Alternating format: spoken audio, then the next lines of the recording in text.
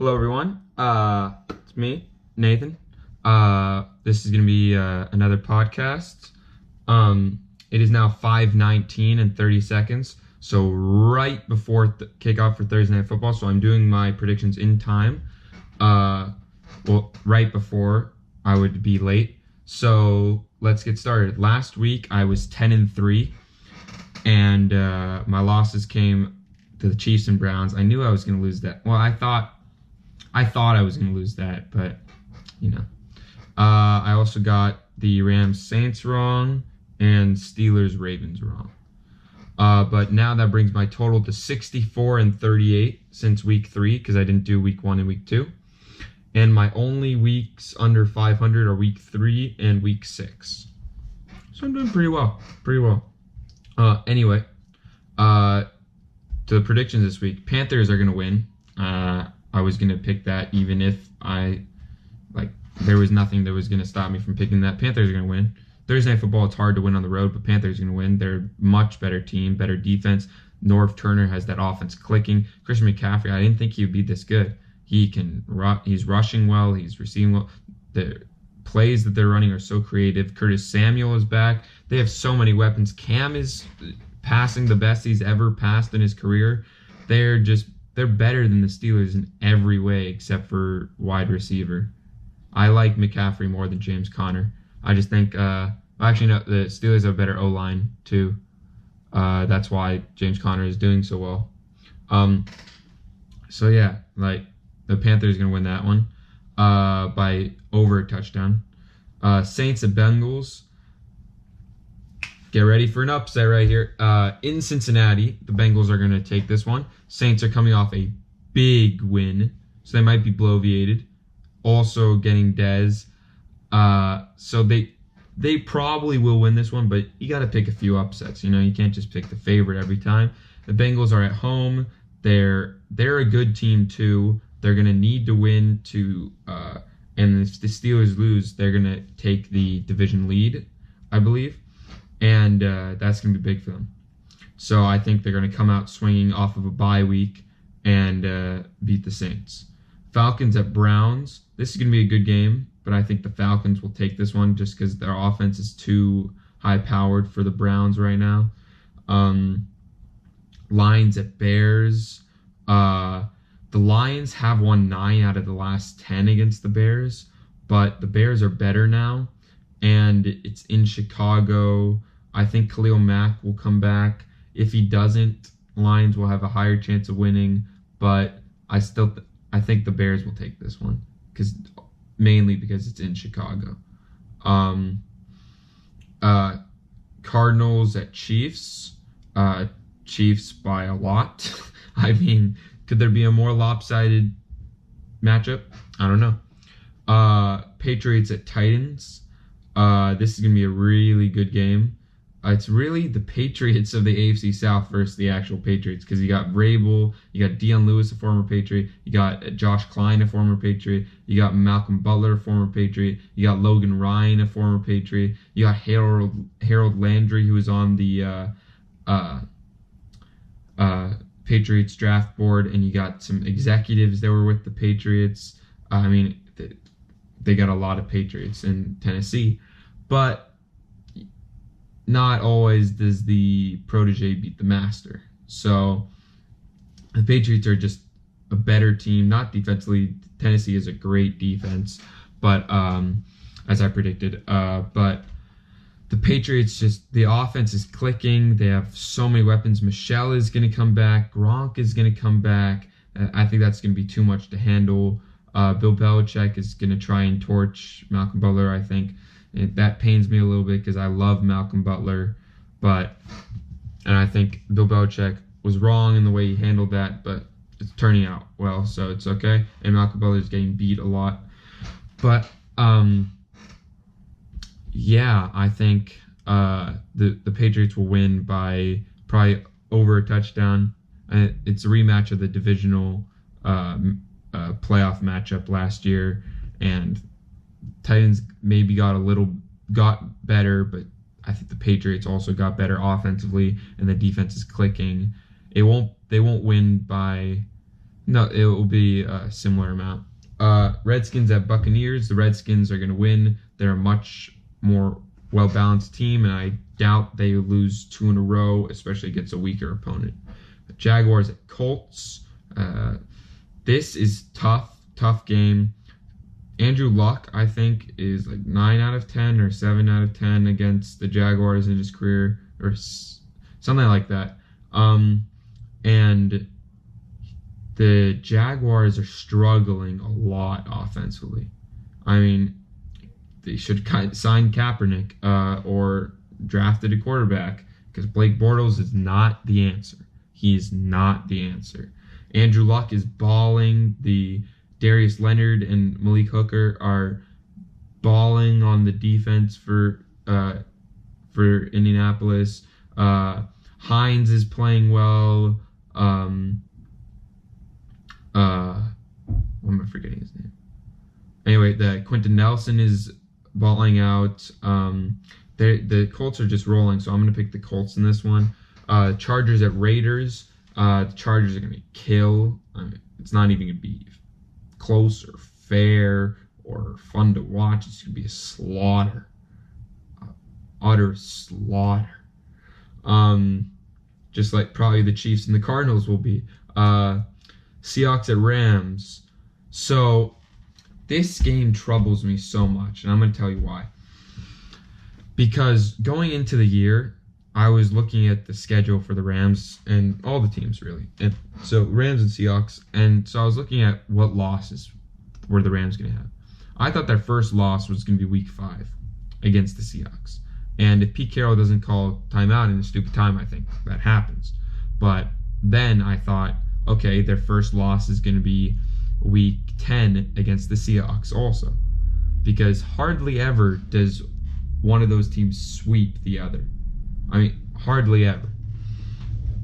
And I know they're different teams, but still, the rivalry is still there. And Russell Wilson has lost, I think, a 6-7 against the Rams in his career.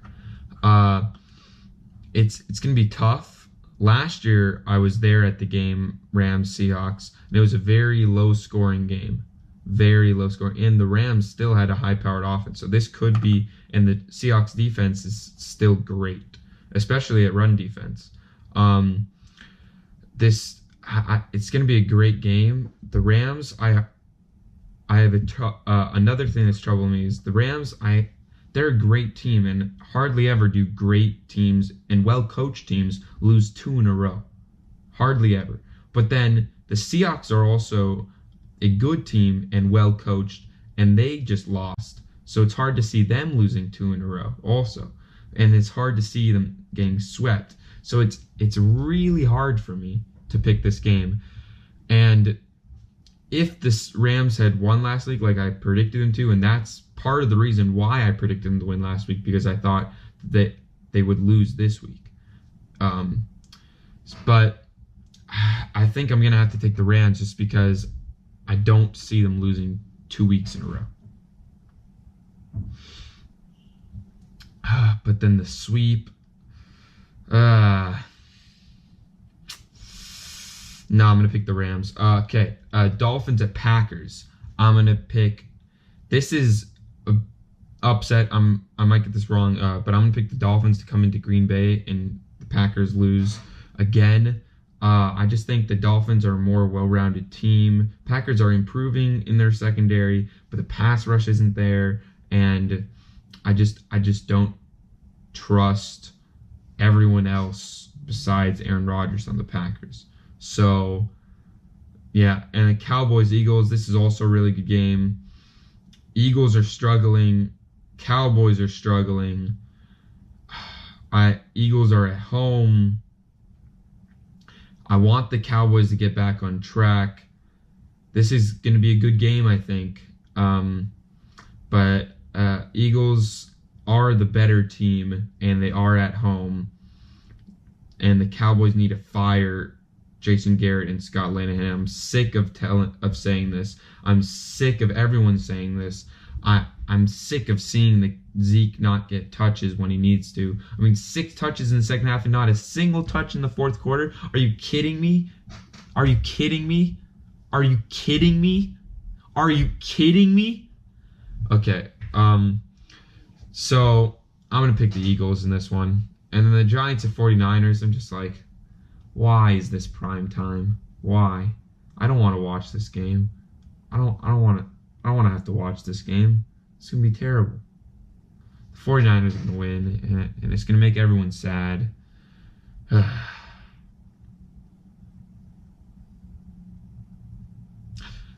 Okay. Moving on. We're going to talk about the Lakers now. That's why I'm wearing my Lakers jersey. And you know what? Who would help the Lakers right now? This guy right here, who hustles, plays great defense, and is exactly the type of player that would help the Lakers. You know another player that would help the Lakers, because I'm going to stop talking about Randall because it's going to make me sad and mad, is Tyson Chandler. So I was going to make this podcast yesterday before the game, but I'm glad I waited because now I get to talk about Tyson. So I was disgusted with the defense in the first half. Tyson didn't get that many minutes in the first half. And the Lakers allowed 67 points on 57% shooting from the field. I was disgusted. The offense looked great, but I was never worried about the offense all year. So I was upset. But then the second half came, and we allowed 43 points, and their field goal percentage dropped from 57 at half to 45 for the game. That was a great half, and that I'm going to credit that to coaching. Coaching. You go into halftime, you see what the other team did, and you make adjustments, and that's exactly what they did. That's exactly what they did. And that's why you saw 67 turn to 43. You know in today's NBA how hard it is to hold a team to 43 points and have their field goal percentage drop from 57 to 45? That is insane. I credit that entirely to coaching. Cat could not do anything on Tyson Chandler, and we were just playing great defense. And Tyson Chandler, so he played 23 minutes on the court and 25 minutes off the court. When he was on the court, the Wolves scored 47 points, 8 points in the paint, and 38% shooting from the field. When he was off the court, that was 25 minutes, they scored 63 points, 26 points in the paint, and 51% shooting from the field. I mean, you can see the difference right there. And if he can keep this up, he was the answer for the Lakers. We don't need anything else this year. Maybe Corver, if he gets bought out by the Cavs, I would love that. But I'm fine with this roster. I mean, obviously, I think the center position should be improved. I think a player that the Lakers should draft this year is Azubuike, who I think could be really good. But the key word in this is if. So the problem with the Lakers has been rebounding and defense, specifically defensive rebounding, because we allow so many offensive rebounds. I didn't see as many allowed offensive rebounds last night. Now, it's one game, so that's why the key word is if. But and he also helped with offensive rebounds. So, if it can keep going and the defense can continue, and we can continue to improve the defense, 110 points is still a lot, but the second half is what gives me hope. That second half is how we need to play. I saw communication. I saw LeBron trying a little bit more. So that brings me to my next point about the Lakers.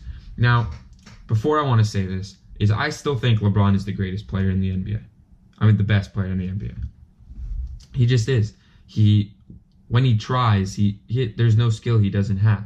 The key word there is when the key phrase is when he tries. So far this year, he hasn't really been trying defensively, and he's sort of been walking around and playing nonchalantly. And I think he had a deal with Magic, and I think it's based off what happened to Kobe. They saw Kobe with a young roster and a worse roster that he had to sort of uplift by putting out so much energy in his 15, 16, and 17 season that he literally tore his body. So I think that scares LeBron and Magic. So they made a deal that LeBron is not going to do that. But what I would have preferred is, instead of maybe starting off slow and then getting off hot and then getting hot, is I would have rather LeBron start the season with full effort, just like playing classic LeBron and teaching the young guys how to do it, because then you set a standard and an expectation and you set the momentum for the entire season. And maybe just for like 2 weeks play like that. But then after those 2 weeks, you or a month, you can slow down, because if you do that, if LeBron does that, then everyone's in sync, and then the young guys are playing great defensively because they're following after your leadership, and then you can sort of slow down and they can pick up the slack a little bit with development. But I'm not saying offensively, I'm saying defensively, because offensively he's playing fine. Defensively, it's just him and Rondo's my biggest problem, because Rondo is not good enough or old enough to not try on defense. I mean, the switches are nonchalant, the communication is not there, and everyone's missing the switches. And I just think it should have been. I'm not putting this on LeBron, because everyone needs to get better at this. No one is switching perfectly except for maybe Lonzo and Ingram, but it just needs, the defense needs to keep improving. And I saw what I needed a good second half last night, and they need to work on the free throws too. But LeBron, and if the Lakers play like they did in the second half, LeBron doesn't need to put more effort into the playoffs. But I'd rather him teach and then slack off rather than slack off and then teach. And then also another interesting thought popped in mind, and I'm just going to leave it with the thought, because I still think LeBron is the best. But at one point, do we stop judging the best off what people previously did and what we think they can do, and then start judging them off what they actually do? Because if LeBron plays the entire regular season like he has been defensively, he drops from the best player in the world. Like, if you're judging it off this season and how they actually played. But I just don't think that's how we should do it right now. I think we need more time. It's still early in the NBA. Next, we're going to talk about just some things that I've been thinking about the NBA season so far. First, the Rockets. Now, they've been struggling. They've had a lot of injuries, but they've been struggling. I'm here to tell you that's about to stop. Jeff Bzdelik, I always have a trouble pronouncing this guy's name, and I apologize, but Bzdelik, I think it is. But anyway, him and Chris Paul last season were the defensive masterminds behind the Rockets becoming a bottom 10 defense to a top 10 defense. And now he's unretiring. He retired before the season. That's why the defense was so bad for the Rockets. Now he's unretiring, coming back. And it reminds me of when the Patriots for like 2-3 years were struggling so much in the offensive line. And after they lost in the AFC Championship game to Von Miller and the Broncos, they took Dante Scarnecchia out of retirement. And the offensive line is now one of the best in the league. So it just shows you how much coaching. So next I want to talk, the Raptors are rolling, and I want to see if Kyle Lowry can continue this pace that he's playing. He's playing incredibly passing wise. Shooting, I knew he could do. Passing wise, I did not expect this many assists. But Toronto, you got to give credit to Nick Nurse. Right now, the coaches of the year are Nick Nurse, Mike Budenholzer, and Mike Malone. And the Raptors, even without Kawhi, my MVP this year would probably be Giannis.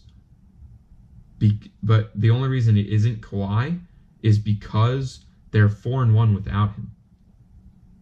So Uh, Now Milwaukee, and they're playing great. Like Mike Budenholzer has them shooting threes well. Giannis is playing incredibly. Sixers are starting to get it going a little more. So is Boston, but they need to continue a little more. They had some rough starts. Philadelphia's problem is they don't have a third star. They don't have a third person to score. Fultz, I think, is a really good player. He plays hard. He plays well defensively. Can facilitate. His shot isn't there, and the Sixers need a shooter and a scorer rather than another playmaker.